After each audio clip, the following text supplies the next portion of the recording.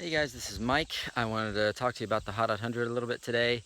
I figured this would be a better way to do it, a little selfie style, rather than typing everything out in another long email. It just seemed easier to talk about a few things. So just a couple details about race day and what you can expect for those of you who haven't run the race before. If you ran the race last year, some of this will just be repeat. You already know all this. But if you didn't run the race last year and this is your first time with us, I just wanted to hit a couple things. First of all, as you can see behind me is the big barn. Right there, that's the big barn. That's where we're going to start and finish. That's where most of all the food will be. This is base camp, the barn here, and the big field, as you can see behind me here. This is where any of you who want to camp can camp in this area. You can actually camp all over the farm if you want. We had a couple runners last year, one or two I think, actually wander off into the woods and made a little camping spot for themselves, which you can totally do.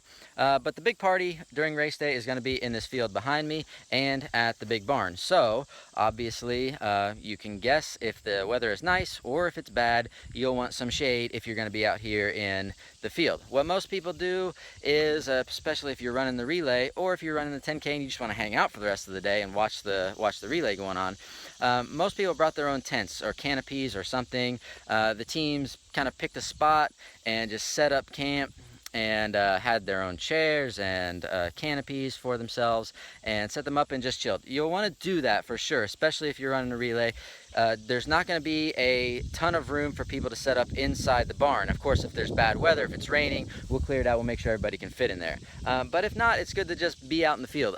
Today is Sunday. We are, I guess, 13 days from the race, and it's really not that hot. I don't know exactly what the temperature is, but it's very comfortable. It's almost cool this morning. I had the windows up in the car driving out here this morning. So it may be cool race morning. I may have, named the race the wrong thing because it last year is actually pretty cold too when we started.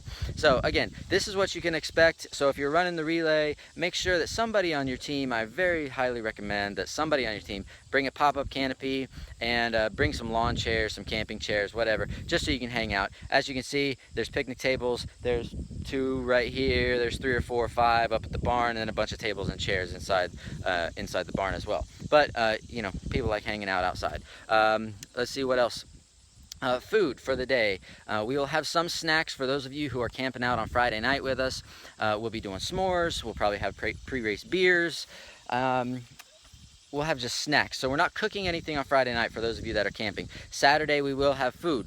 We'll have bagels and coffee for you on race morning, and then we'll be cooking out later in the day. I'm not exactly sure what the menu is, but we'll let you know. But obviously we can't accommodate everybody's dietary restrictions. So if you have any particular dietary sensitivities or preferences, don't bank on us, being fully veggie or vegan or gluten-free. I'm totally sensitive to all that, but we can't guarantee that everything will be accommodated. So if you have any dietary restrictions, you might want to bring some backup food just in case we don't have something for you. We'll do our best.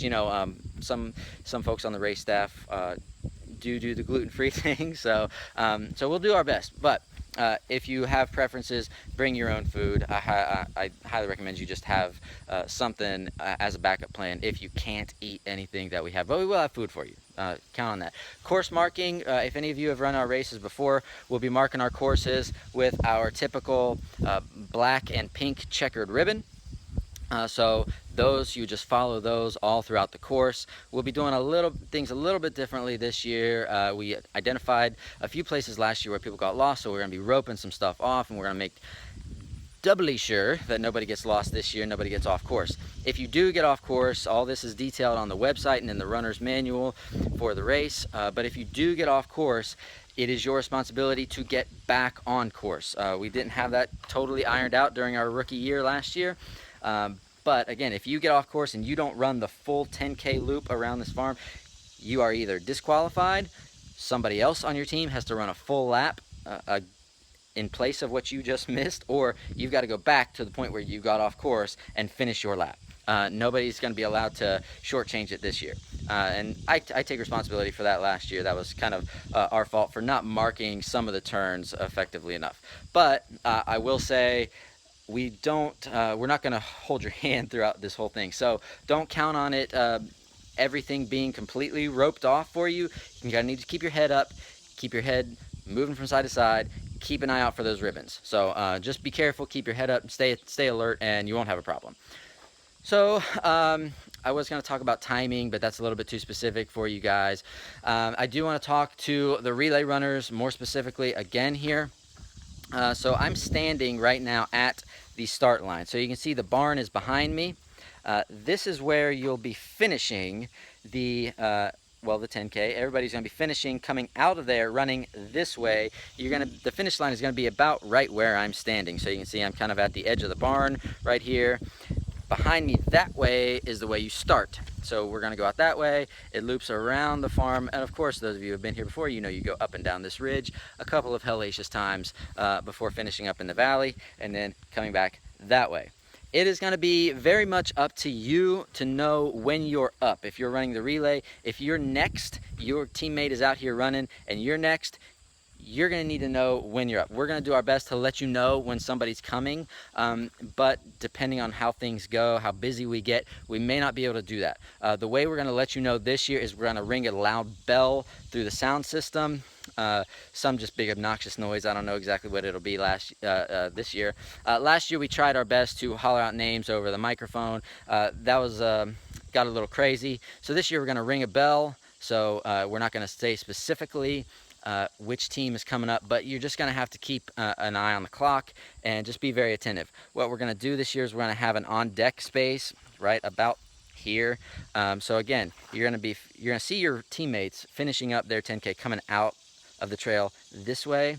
So, just keep an eye on the clock. When your teammate takes off, they're kind of going to do about an hour or an hour and 20 minutes, whatever it might be. 10 or 15 minutes before that, you want to make sure you're ready. You want to make sure you're up here and you're ready to go. No slap bracelets this year. That's just a little annoying. So you just need to make sure you make physical contact with your teammate in order to make the exchange. I'll go over all this on race morning. A high five, a fist bump, slap in the face, whatever. Just make sure that you make physical contact right here in the exchange zone before your next runner takes off into the 10K loop. So the only other thing that I'm going to mention, I mentioned this last year about wildlife, specifically bugs. I'm out here today, again, less than 2 weeks until race day. There are a ton of horseflies, bees, butterflies all over the place. You probably can't see them behind me, but there are butterflies everywhere. So just make sure you bring bug spray if you don't want to be annoyed with that. There is a little creek that runs right alongside base camp right down here, so that does kind of increase the presence of mosquitoes and other bugs. And especially once you get up into the woods, I can tell you, I'm going to head up there in a little bit and go for a run, look at the course.